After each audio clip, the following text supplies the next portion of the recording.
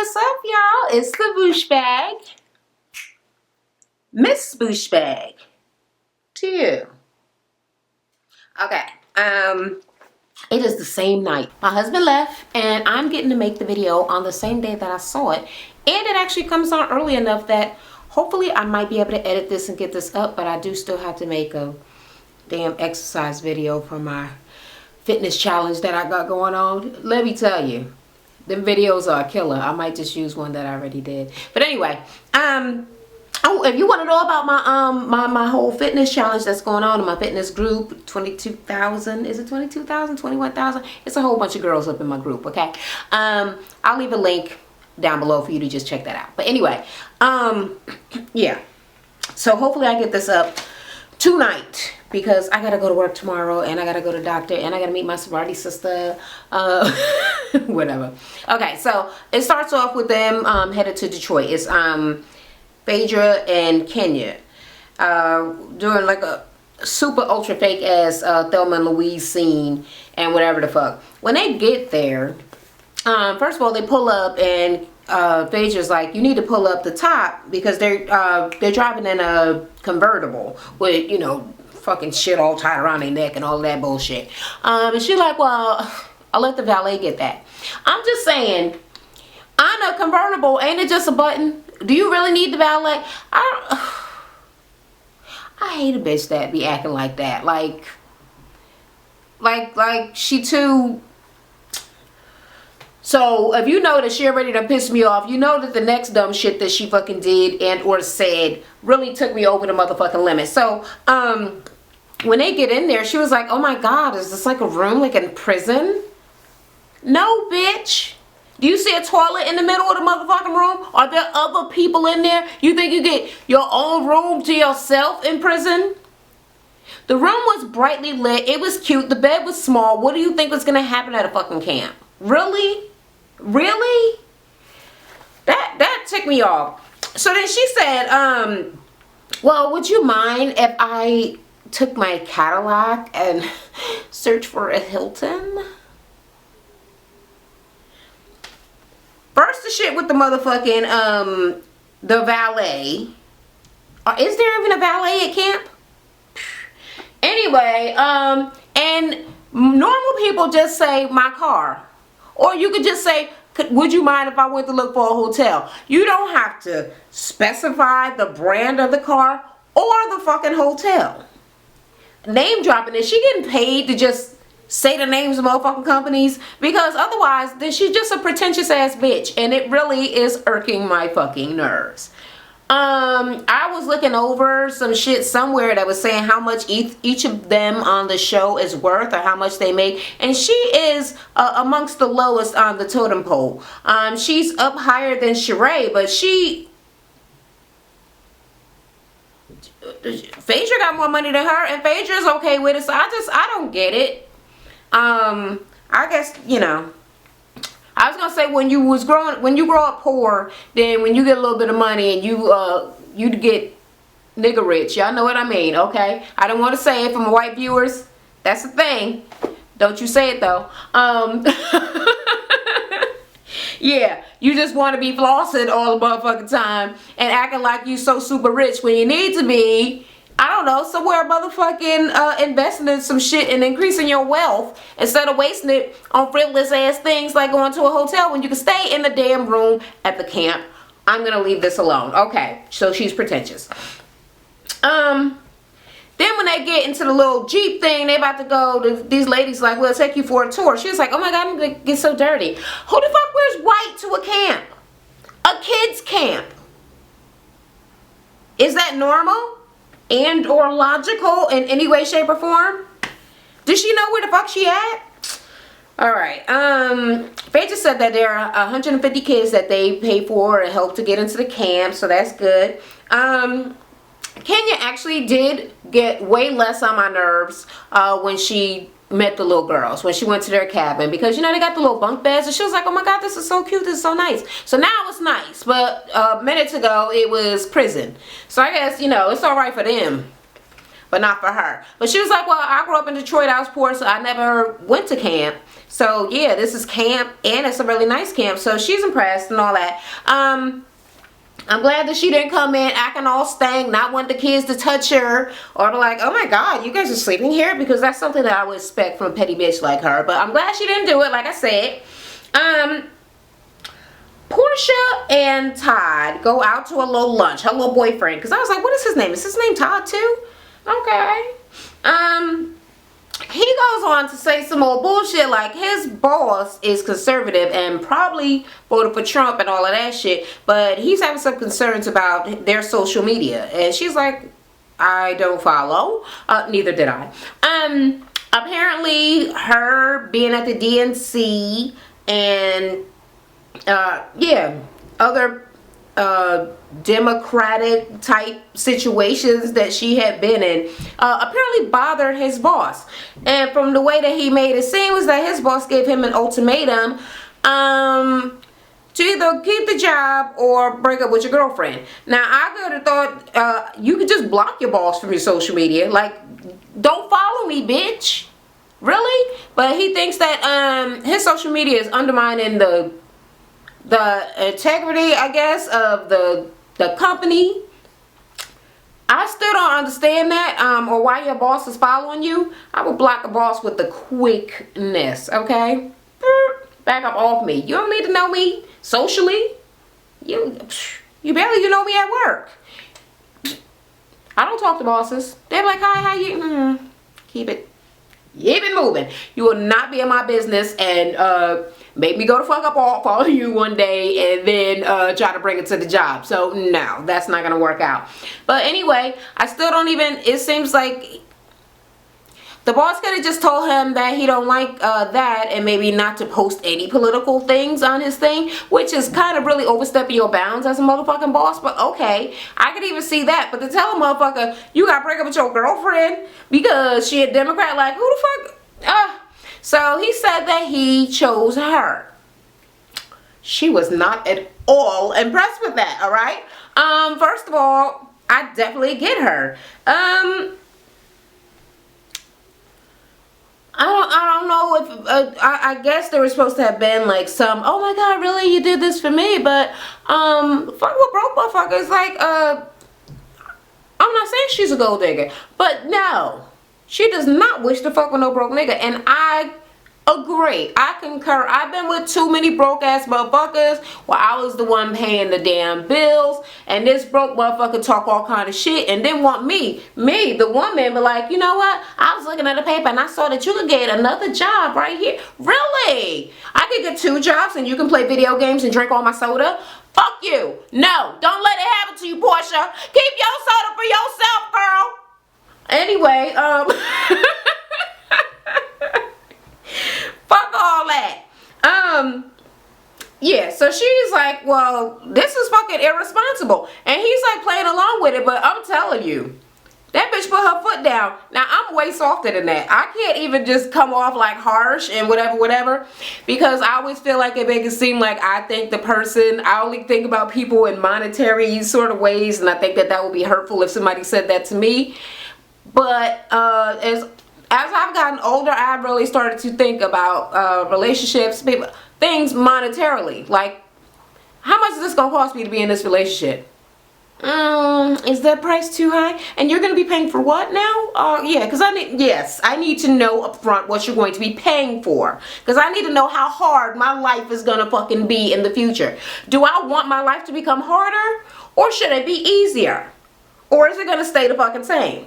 Because 2 of them motherfucking options mean I don't really need you. Yeah. So, like I said, she thinks it's completely irresponsible, and that he had a plan. She said, well, I had my own plan. I just wanted to have a baby, and I was her several years, many years ago. I just wanted a baby. How I got married, don't even ask me how this even came about. But I'm married. I got flim flam, just like he flim flamming her ass. A motherfucker come and be like, no, you don't want that. You want the whole thing, the marriage. No, I just wanted the baby. Yeah, so she was like, well, I gave that up because you were like, oh, we'll have family and all this is going this way and you had this plan, but now I'm thinking your motherfucking plan is not so fucking solid because you ain't got no job, man. Okay? So, yeah, she thinks his decision is hasty. She is not here for it. And I'm thinking that he just trying to get up on the show. He be like, I need to be a permanent fixture on this show and get this show checked. Because I see a lot of guys doing that shit. I might become a lesbian, be up on one of these shows, be like, hey girls. Hey girls. I'm kidding. Maybe. Okay. So they're at day 2 at the camp. And Kenya is there with the kids, and she's talking about, you know, her growing up poor or whatever, and how she got to be a beauty queen, and people, you know, told her that she couldn't, and you can achieve your dreams type stuff, right? And she was like, they told her that she wanted to be a beauty queen, and they told her that she wasn't pretty enough, and she was too dark skinned, and she was like, who in here ever heard that they was too dark? And everybody, even the light-skinned girls, but you know, even light-skinned girls, sometimes they be like mixed, or they might be Spanish, and they whiter looking family members be like, you too dark, or whatever. And you know the dark-skinned girls get it the worst. Even Phaedra had to put up her hand. So, yeah, I saw it. I enjoyed Kenya with the kids. I can say that. It made me feel a lot better and humane towards her existence, all right? And she made the little kids feel good. She brought them up and taught them about twirling, which is really nothing but teach little girls to be grown and switch and walk away and tell people all, you know, angry black women type stuff. But but you ain't got to be angry when you fucking when you twirl. You can twirl happy. So yeah, like I said, the kids felt good. The little girls, they felt pretty and empowered and all of that. So I guess that's all that really mattered. Cynthia show up at Candy House. She backing into the parking lot, into the driveway, and Candy's like, first of all, why is this bitch parking here? Like, what's up? And she was like, oh, I was just bringing a couple of things. Like, what? Oh, I got she brought cereal. She was like, oh, and girl, I didn't want to blow up your bathroom, so I brought some Febreze. She was like, motherfucker, we got cereal and Febreze. So she was like, she act like she came to a motherfucking a homeless shelter. No, not a shelter, the projects. Okay. Candy is somehow offended that Cynthia brought her own stuff. So I guess she like, well, if you're gonna be here, you need to really be here. Like, don't, yeah. So we got our own shit. Don't be bringing no shit over here. And she feels like Cynthia's getting a little too comfortable. She was like, damn, I really didn't even think she was going to take me up on this shit. She is really up in my house. And I'm just going to say, that guest room is banging, okay? The whole guest house, girl, I'm in love with all of it. I want to stay with Candy. I want to stay with Candy. Back to the camp. Phaedra is feeling good because her and Kenya are getting along, you know, being away from the city and all the pretentious stuff, even though Kenya was pretentious as a motherfucker when they first got there and was acting all stank and all of that shit. But they're getting along and they're having a good time. Then there's like an event there where the kids are up on stage and I guess they're sharing about their pain because they're, you know, kids from the very impoverished inner city that is going through some sort of water crisis that's like all fucked up. So, I think the kid that mentioned not knowing their parents or their parents not loving them or something, I think that got to Kenya. I knew she was going to go up there and hug that little boy. But it was good that the other kids were there, like, for them. Because I've seen motherfuckers tell a sad story and start crying. And people were like, are you done? So I'm glad that the other kids are not sociopaths, that's number one, and have empathy for other people. And one of the other kids to talk about that his mother got shot in the head and, you know, just all of their struggles. It was really, really sad. And it got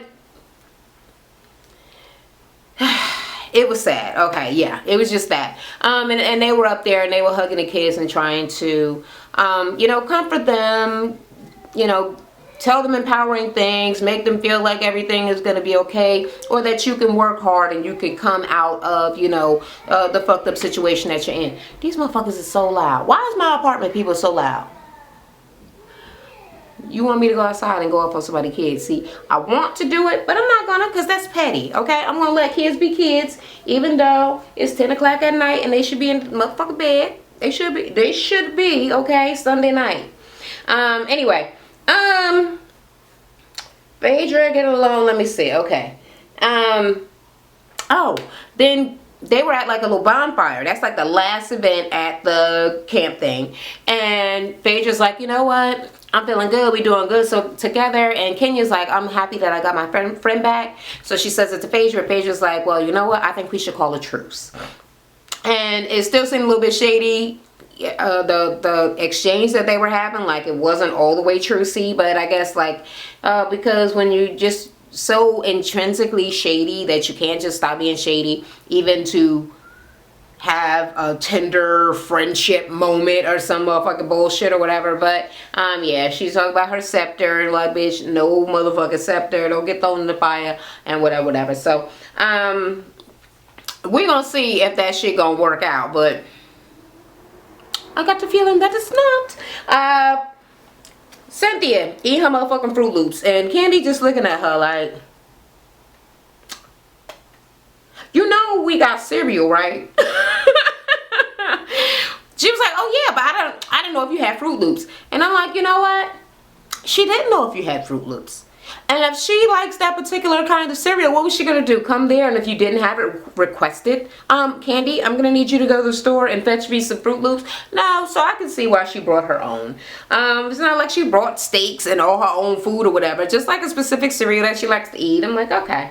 But then her real estate agent called, and apparently the house is back up to $950,000, and that is the set price. So the closing is happening, and she is the owner of the house. So she's happy. She gonna get to get out, and you know Candy happy because she is not here for them being there anyway. Sheree and Bob. I'm so over her storyline. Anyway, Bob is trying to recreate Paris. They had like a little cabaret show with their dinner. And this, you know, whatever kind of place it is, and you know, whatever. I guess he's being sexy. I do not know what she's saying, Bob. I try to imagine him without the body and the sweat to see what he actually looks like. I can't see it, y'all. I can't see. I'm not a visionary, okay? I also don't understand what people look like when they shave off their beard. If you had a beard and a mustache or something and you get rid of it, I'm like I Love Lucy. I wouldn't even know who you are. I wouldn't have the slightest idea that you were the other person with the beard and all of that. So yeah, I can't fucking see Bob being less sweaty and fat, but please someone draw me a picture, Photoshop it, so I could just put the Photoshop picture on the screen whenever he's there, so I can stop seeing the travesty that I have been exposed to weekly.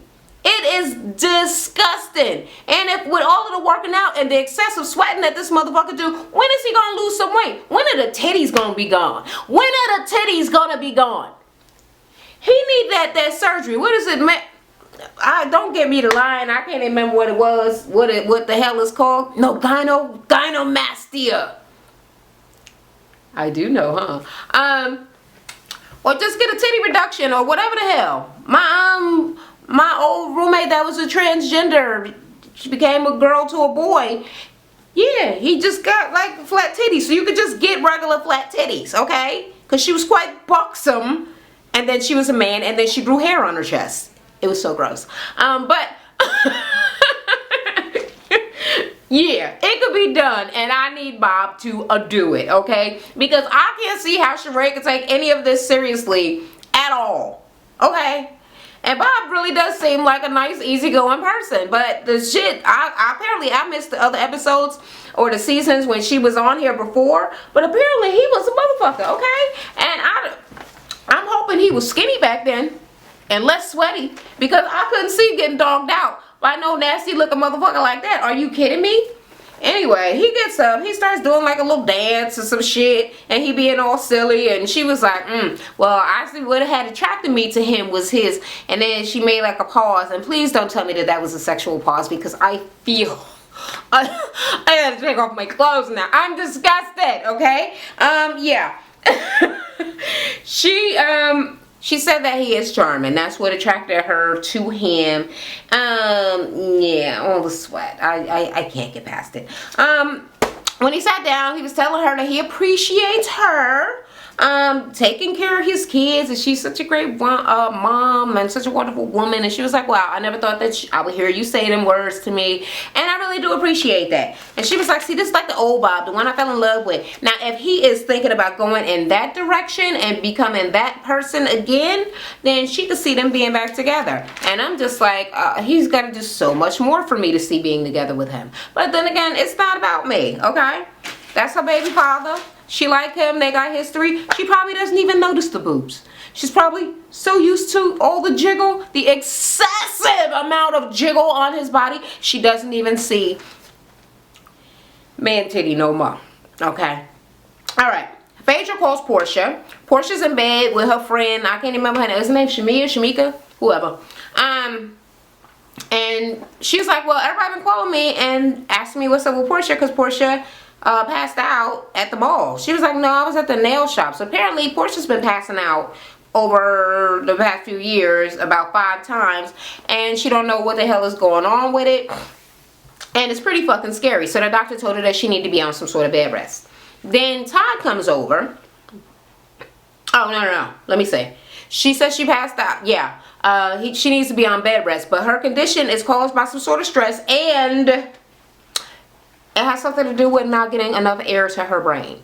Now, I know people is going to have a field day with that because, you know, she's an airhead, so lots of air is getting to her brain. Or the fact that people keep calling her stupid, and now they know that there's not enough air getting to her brain, which could have something to do with not being so smart. So, I don't know which way anybody's going to drag her for that, but I know there will be draggage, but it will not be for me. That's not funny. Alright. Oh, Phaedra told her that she is inviting everybody to dinner and all that stuff too. Okay, now to Todd. Todd brings her some flowers and some ice cream, and her girlfriend leaves. Portia got attitude with him. She is not alright with him, and when he starts trying to eat her ice cream, she let his ass have it, okay? No, you don't eat my ice cream, and you don't bring your broke ass to my house. No, she didn't say that, but that's what she meant. Apparently they haven't spoken in 4 days, and she was like, so you just gonna act like we been speaking? Like, we haven't spoken in 4 days. Like, we have an issue. Apparently his broke ass ain't got no job now. He's staying in Atlanta instead of going back to be a father to his kids. Ain't he a single father? I thought that was the thing. Yeah. And he is in her space, okay? She works a lot, which is what she's already been doing, but now all of a sudden it's an issue because his motherfucking ass ain't got nothing to do. So he wants to take up all of her time, and he's complaining to her that she don't have enough time for him. You need to get a job, nigga. Working will take up the time that you think you need to be spending with me. I don't know what he's asking her. I'm not going to be making any money, and I also like for you to make less as well. I'd like us to be overall more poor as a couple. Get the fuck out of here. Yeah, she's not okay with none of this motherfucking shit and the idle time bullshit. And she was like, look, we got some motherfucking issues to work on before anything progresses, because she thinks that he thinks that the whole relationship is a joke, because he laughed whenever she tried to explain it. And like I said, that bitch put her foot down. She don't give a fuck. She's like, you know what? This ain't even working out. We'll talk another time. Please go. Please leave. And he left. He was like, I'll call you tomorrow. She was like, yeah. Yeah, alright then. Bye. Phaedra and the girls are all at this little dinner that she told Portia about, right? And she's like, oh, well, camp was really, really great. And I was thinking that we should go glamping, which I'm assuming is like, what is it, grown up camping? Glamorous camping? I don't fucking know. Whatever the fuck it was. The whole story just completely changed after this. I didn't even get a chance to fucking figure out what the fuck glamping was in the first place, other than some type of motherfucking camping, okay? Cynthia's like, don't this bitch get enough of camping? Did she just come back from camp? Yeah. So Kenya is like, well, I don't know if I'm gonna be safe because Portia is violent, and she ain't had talked to me about her anger management class yet. So I need to make sure she in the class. She was supposed to have been explaining it to me. That's what Phaedra had told me. Phaedra had told me that, and Portia was like, was I? And she looking at Phaedra, and Phaedra is completely like on the spot. Like, Kenya took this shit completely out of context, okay? No.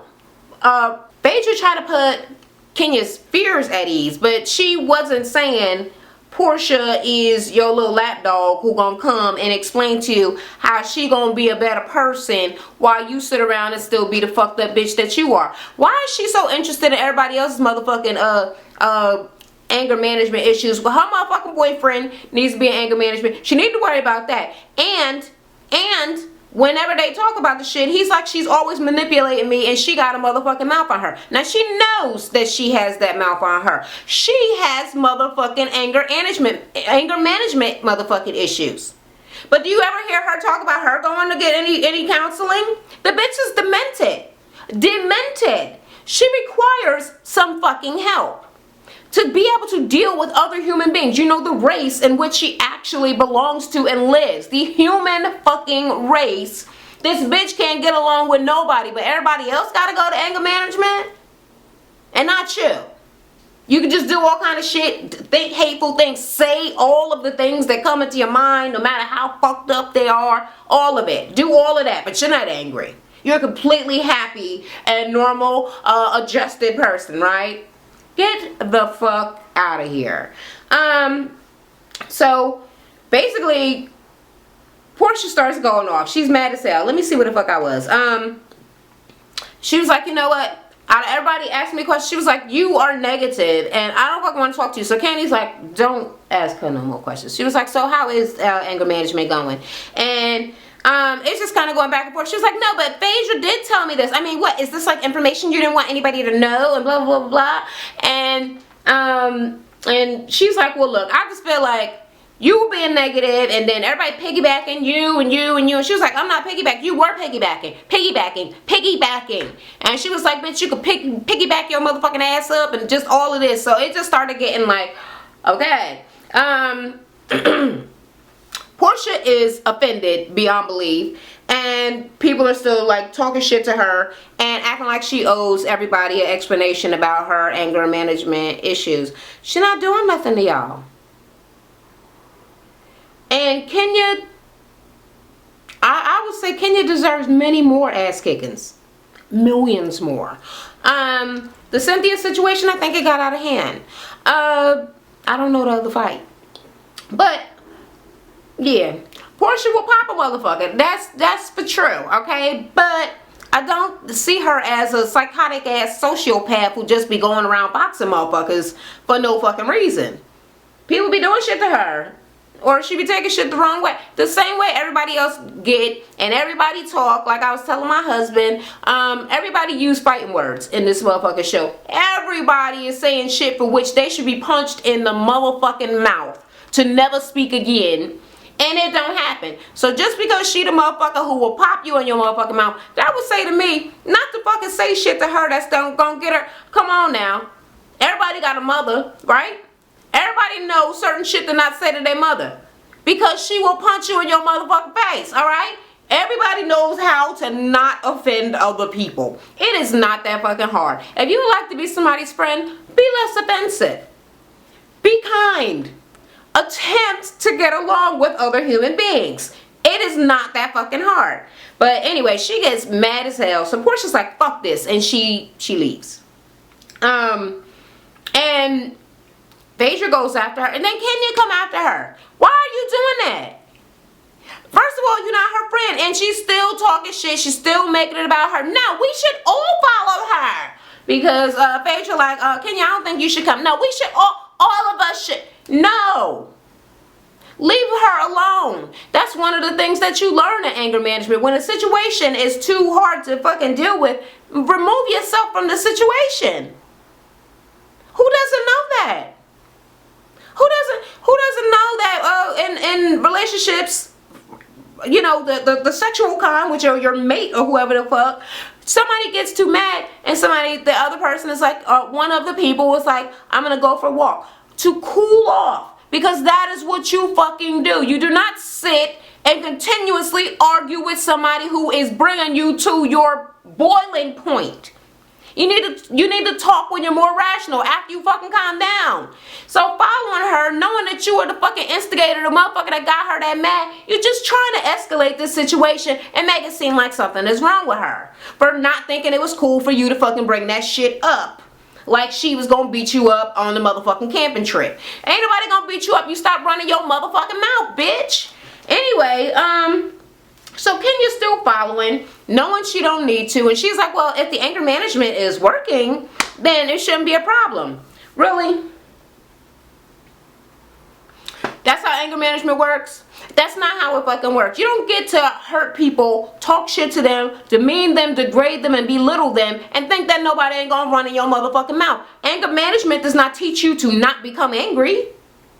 So you attempted to make her angry. That, I don't think you know what anger management is about. Because you haven't gone. Because you need to fucking be in anger management your fucking self. You don't know shit about it.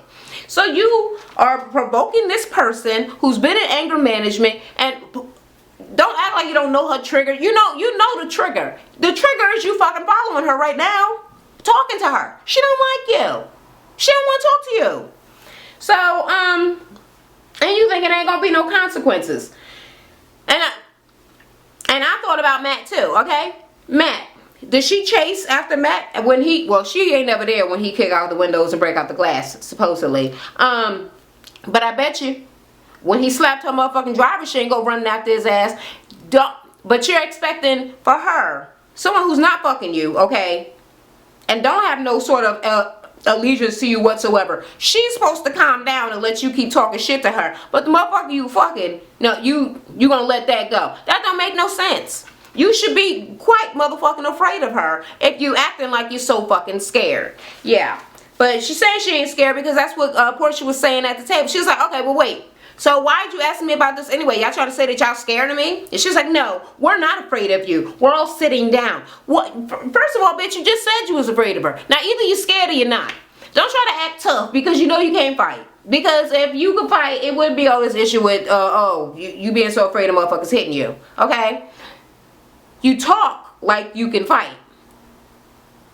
But nobody sees it, okay? So don't be tough right now. Don't try to act like you're not afraid of Portia when you know that you're afraid, because you keep on bringing up this one situation. And it's not because you're civilized. You're not civilized. You're far from civilized. There's no civility in you, okay? It is literally just you being fucking afraid. And now you're trying to break tough because everybody's around and you know that they're not going to let her beat you up, or you're going to call the cops, or they're going to hold her back, and it's going to make it seem like she brought all this on herself when it was really you. Okay. So when they stop, Portia's like, you know, I'm just not fucking with none of y'all no more. And they're like, what do you mean you ain't fucking with us? She was like, Kenya, please. First of all, I wasn't even talking to you, bitch. I'm talking to the people who are my friends, who I'm saying I'm mad at y'all. I'm not fucking with none of this. Get the fuck out. You're not my friend. And she walked away like, who are you? Anyway, she gets into her car when the other girls come along like, fuck all this. And she just drove the fuck off. Phaedra calls her back to try to get her to come back. But the other girls are unwilling to even like come back inside. Sheree gets into it with Kenya because she was like, well, yeah, well, you guys were provoking her.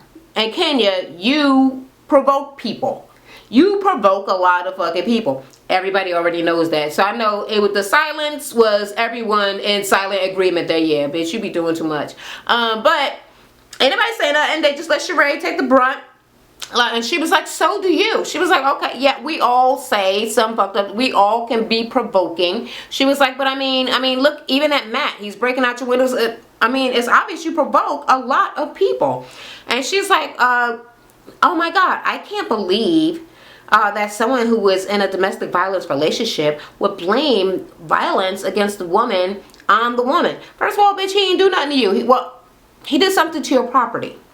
That is a different situation than a motherfucker that's getting beat, okay? But then she brings out Sheree's thing, and she was like, well, I know you was in a domestic violence. Like, when? Tell me about it. You in my business? You trying to tell me about me?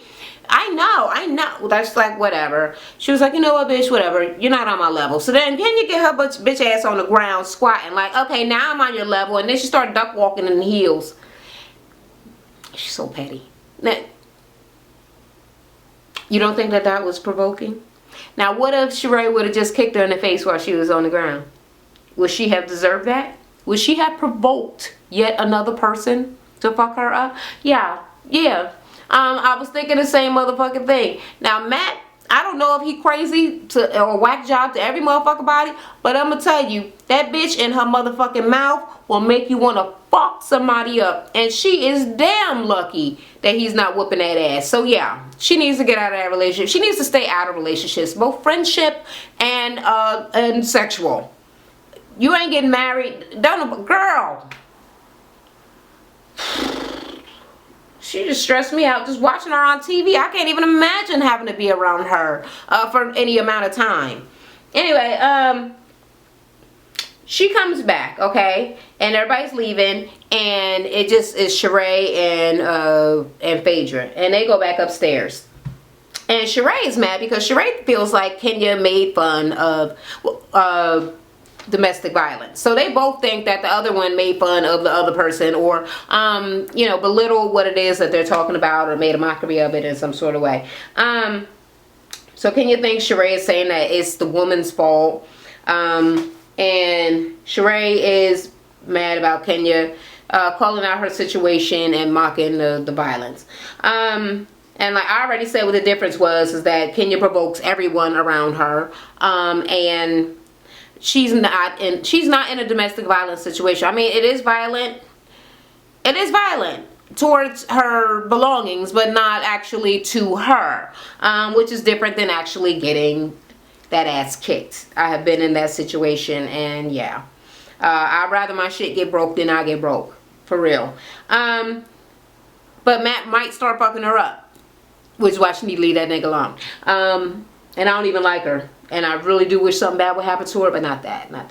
Okay. So Portia asked Phaedra, okay, first of all, why the fuck did Kenya say that shit to me about you telling her that I was going to come and basically tell her all my business, like, oh, I'm going to anger management. She's like, well, she had some concerns, and I was just telling her that you were in a better place. Portia was like, I don't want her knowing nothing about me, so please don't tell her none of my shit. And as far as you being her friend, like, you don't need to trust her, okay? She is not a good person. She is not a good friend. And don't tell her none of your, don't tell her none of my business. Don't tell her none of your business, because you know how she do. And I'm so on it with motherfucking what Portia is fucking saying. Kenya will use anything that she know about you against you. Anything. She is one of the worst bitches to kind of fucking know. And I'm surprised that she doesn't live in LA or isn't born here or whatever. She just seems very typically fucked up ass LA. She the kind of motherfucker you can't trust right from the fucking door. You like, let her burn you once. The one time, it'll be shady, it'll be fucked up, and ain't no need to talk to her no motherfucker more. When she called, when she asked you, how you doing? Nothing. What you been doing? I've been eating cereal all month.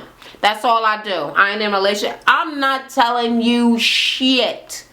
And Portia is right to tell Phaedra that. And Phaedra is mad because she's like, well, she's feeling like Portia is feeling distrustful of her now because Kenya twisted her words to make it seem like Portia felt like she needed to apologize and like come to Kenya like on her hands and knees like, please, I'd like to be your friend. I've been in anger management. I've been trying to fix myself so that you'll love me again. Get the fuck out of here. So yeah, I think that Phaedra needs to really watch it with motherfucking Kenya. So you motherfucking roll with that bitch. And she told her Kenya is a fake friend.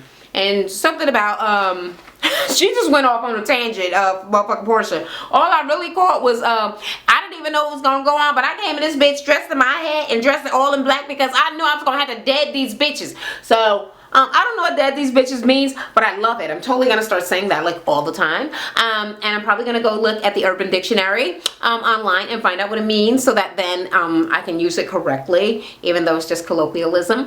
Because I like to use words correctly even when they aren't proper English. Okay, so I would like to start dating bitches as well. If anybody knows what that means, totally let me know down in the comments. And that's it. Next episode is looking very, very juicy, so I'm pretty excited about that. And that's it for now. If you agree with what I said, let me know down in the comments. If you disagree, let me know why down in the comments. And until the next time, I'll talk to y'all later. Hey guys, thanks so much for watching. Make sure you check out my previous video. You can also swing by my beauty and natural hair channel. And I also have a fitness channel. Don't forget to subscribe.